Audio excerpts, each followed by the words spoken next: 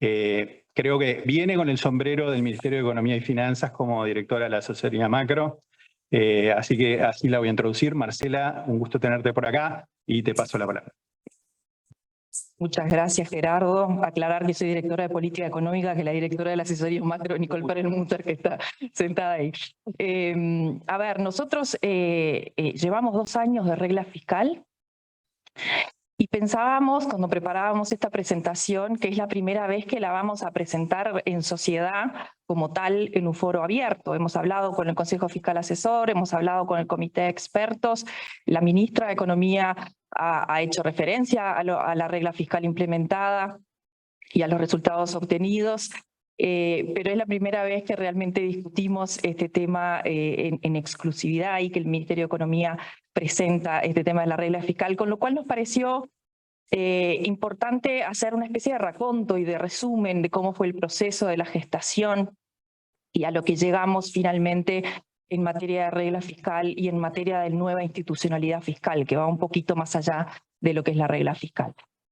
Entonces, básicamente, yo voy a hablar muy brevemente y espero que de forma bastante simple de lo que es la regla fiscal en Uruguay, la nueva institucionalidad que va más allá de la regla fiscal, como dice ahí, y algunos desafíos que simplemente voy a listar hacia adelante, ¿sí?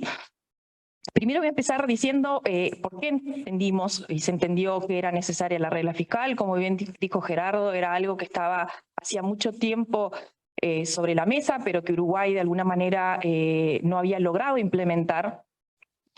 Claramente la necesidad de la regla fiscal nosotros la veíamos y la vemos como una necesidad de tener un marco de disciplina fiscal para lograr estabilidad macroeconómica y por lo tanto el bienestar de la población, que eso nos parece muy importante recalcarlo. De hecho, hemos tenido que trabajar mucho el aspecto comunicacional, porque a veces es cierto que los economistas nos critican de que hablamos de nuestros temas y no logramos transmitirle a las personas o a la ciudadanía cuál es el beneficio para ellos de tener los instrumentos que proponemos. Y por eso nosotros, cuando hablamos de la regla fiscal, básicamente procuramos decir lo que dice en el segundo párrafo ahí, que es el concepto de la regla un poco más aterrizado a la ciudadanía que no tiene por qué entender de estos conceptos. Y básicamente entendemos que la regla fiscal es útil para cuidar el dinero de los uruguayos en un contexto como el uruguayo, de elevada carga tributaria y de elevado ratio de endeudamiento, ¿sí? Y que por lo tanto eso obliga, seguramente más que otros países sin esas restricciones, a cuidar el gasto público porque hay límites para el incremento de impuestos, hay límites para el incremento de la deuda. Y entonces al cuidar ese dinero de los uruguayos, eso nos permite sostener las políticas sociales fundamentalmente, aún en momentos de shocks negativos como nos ocurrió en los últimos 2 años con la pandemia, y nos permite generar inversión y empleo porque los inversores del mundo quieren ir a países que son seguros, que tienen grado inversor, que tienen estabilidad macroeconómica, estabilidad institucional. Entonces, yo creo que nos parece muy importante marcar este punto, porque es el central del por qué una regla fiscal. Después podemos discutir de los tecnicismos, pero el por qué es ¿sí? Nosotros entendemos que no había una regla fiscal en Uruguay, se ha discutido mucho eso, existía una ley de tope de endeudamiento, nosotros entendemos que no existía como tal, la regla fiscal como nosotros la visualizamos, por ejemplo, tiene que tener consejos fiscales externos, algo que afortunadamente logramos implementar, y por mencionar un ejemplo, ¿verdad? Pero podríamos mencionar tantos otros por los cuales nosotros argumentamos que no existía antes una regla fiscal, ¿sí? Y de hecho, si uno mira los indicadores fiscales, la realidad es que el comportamiento fiscal de la última década fue, sobre todo en los últimos 5 años previos a la asunción de este gobierno, fue sumamente procíclico, ¿no? Y eso fue lo que determinó o terminó con suba de impuestos en el año 2017 y otros instrumentos de política económica para revertir ese deterioro fiscal, y también afectó la percepción de riesgo país que teníamos, porque efectivamente la calificadora de riesgo, Fitch, que es una de las principales agencias de calificación de riesgo, nos bajó como país en el 2018 la perspectiva de nuestra nota crediticia a negativa, ¿verdad? Una nota que está en el mínimo grado de nivel en el mínimo nivel de grado inversor, BBB menos, con lo cual perder esa nota o bajar en esa nota hubiera implicado pasar de grado inversor a grado especulativo. Y eso básicamente tuvo que ver con ese deterioro en la situación fiscal, que ahí lo mostramos también en lo que es la reversión del ratio de deuda, que había bajado obviamente del 2004 con el boom de commodities sobre todo, y que luego empezó a revertir a medida que, o a deteriorarse el ratio de deuda a medida que el país se enlentecía y el gasto fiscal o el resultado fiscal se deterioraba. Entonces, aquí nos parece bien central esto también en lo que respecta a la regla fiscal. Preservar el grado inversor para nosotros es reducir el riesgo país y por lo tanto lo que uno destina al pago de intereses, lo que la sociedad destina al pago de intereses de deuda, o sea que puede destinar más recursos a otras políticas. Preservar el grado inversor implica más inversión y más empleo para el Uruguay.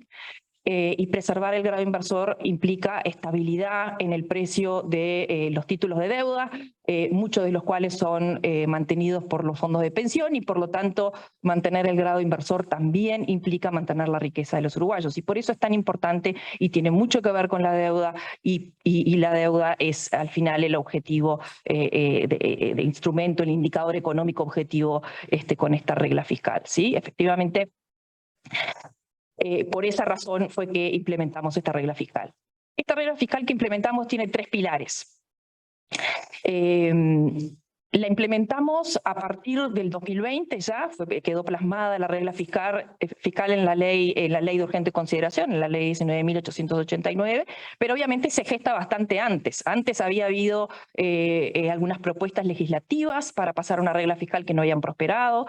Varios analistas, como mencionaba Gerardo, habían propuesto que el país tuviera una regla fiscal y la ministra Arbeleche lo toma como uno de sus ejes de campaña. Y acá me gustaría detenerme un minuto porque yo creo que el apoyo político, además del técnico, por supuesto que ahora voy a mencionar, es central, fue central y es central en la gestación de una regla fiscal y en el mantenimiento y la preservación de esta regla fiscal.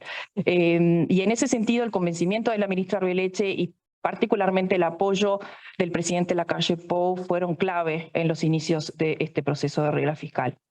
También la colaboración de colegas, y voy a mencionar algunos que estuvieron en la gestación, hoy por suerte se han incorporado bastante más, pero me gustaría mencionar a los 3 integrantes del Consejo Fiscal Asesor, Aldo Lema, Alfonso Capurro y Ana Fostel, a Rodrigo Arial y Bernardo Layerle y Herman Camil del Ministerio de Economía y Finanzas. Leonardo Vicente y el grupo de Sarmiento también dentro del Banco Central, que nos ayudaron en los inicios a pensar estos temas y habían escrito varios papers sobre el tema de la brecha PIB. Y por supuesto al Comité de Expertos y al BID que nos apoyó también en este proceso. Dicho esto, vamos a los pilares.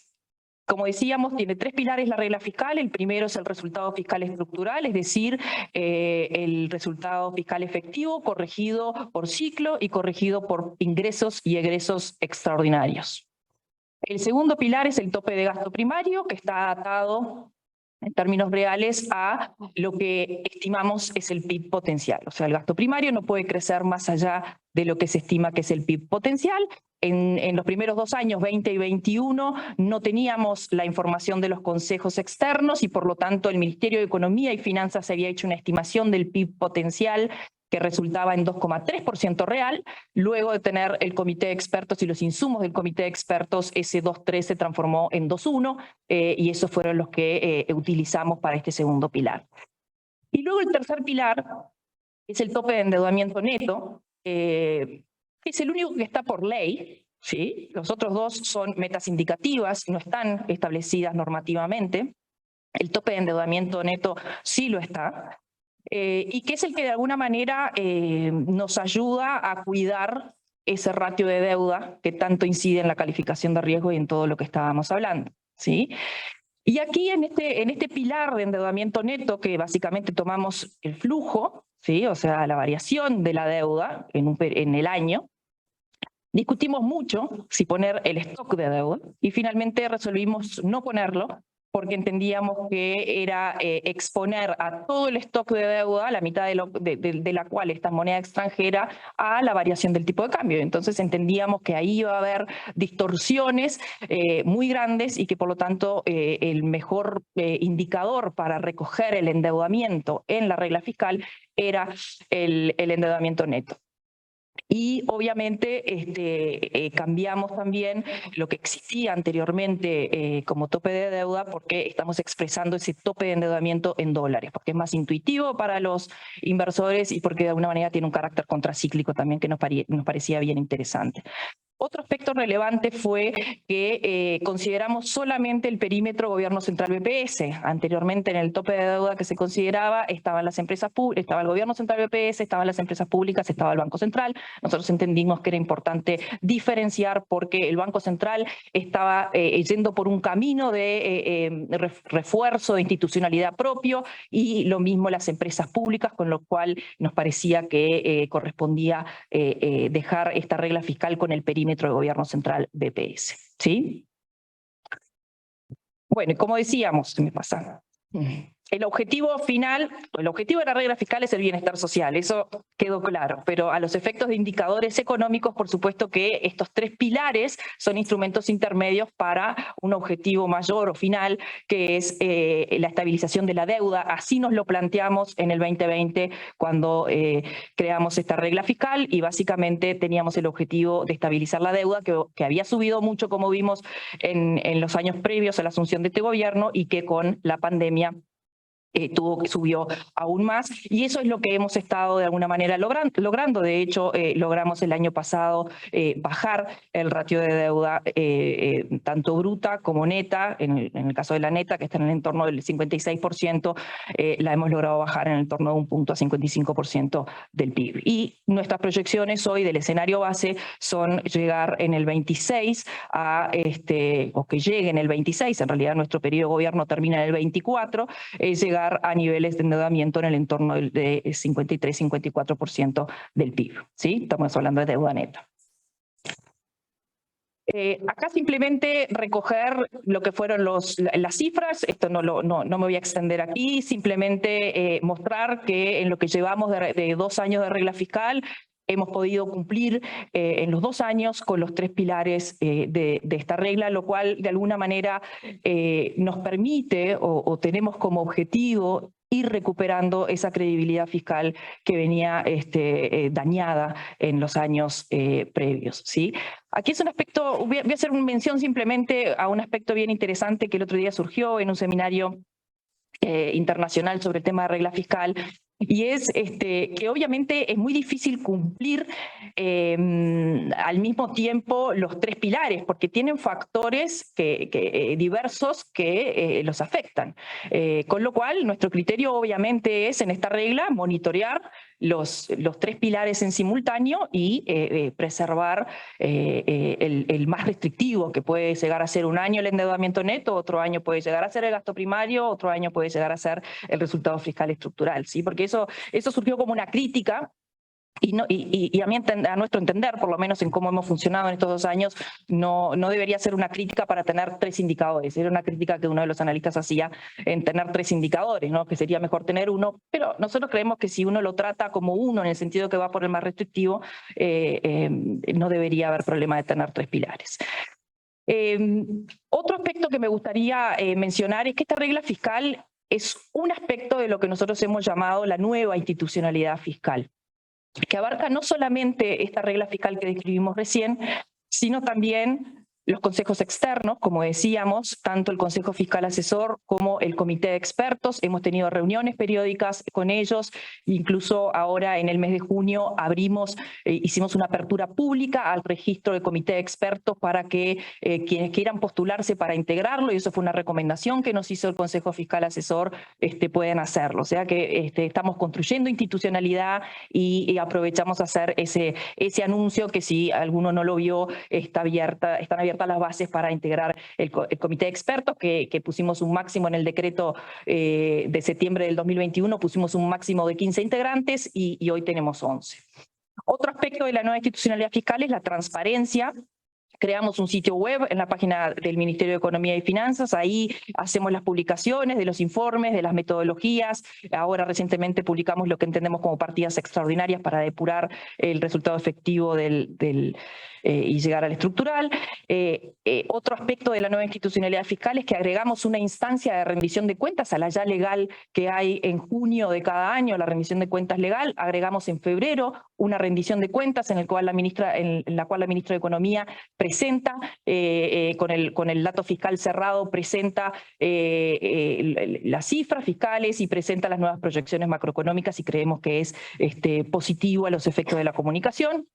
Otro aspecto institucional que hace a esta nueva institucionalidad fue que en cada rendición de cuentas presentamos proyecciones a 5 años para adelante, independientemente de cuándo termine el ciclo de nuestro gobierno, que termina en el 2024, en febrero de 2025, pero nos parecía importante hacer la proyección pasiva hacia adelante para darle un horizonte mayor a los inversores. Y finalmente, y no me voy a detener demasiado, nos parecía muy importante el tema del análisis de la sensibilidad. Hemos incluido aspectos que hacen al análisis de sensibilidad qué pasaría si el PIB no crece lo que estamos diciendo en el escenario base, qué pasa si el tipo de cambio no sube o cae en lo que estamos diciendo en el escenario base, y así con otros indicadores. En la rendición de cuentas del año pasado, de 2020, habíamos hecho un ejercicio muy simple, simplemente habíamos cambiado el crecimiento del PIB y habíamos determinado que si el PIB crecía un punto más en el 22, 23,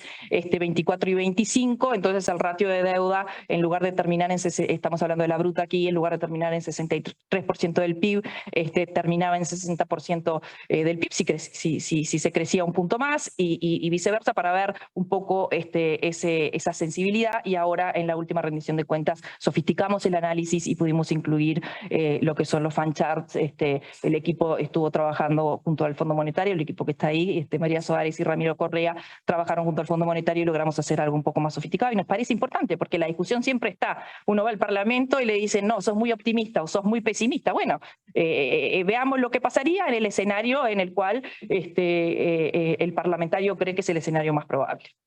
Y para terminar, simplemente mencionar algunos desafíos que tenemos para adelante: consolidar la institucionalidad fiscal a nivel de los analistas, a nivel del sistema político, a nivel de la ciudadanía. La transparencia entendemos que es clave, y la comunicación para que se asiente, para que se entienda y para que se consolide esta institucionalidad fiscal. Creemos que es preciso profundizar el debate en torno a cuestiones centrales de esta regla y de esta nueva institucionalidad fiscal. Por ejemplo, cuál es el nivel de deuda óptimo para Uruguay, cómo se estima la brecha producto.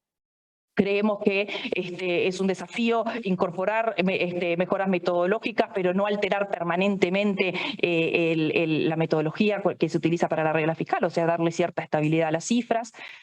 Creemos que es un debate bien importante el rol de las calificadoras de riesgo, cómo evalúan en sus ratings este asunto.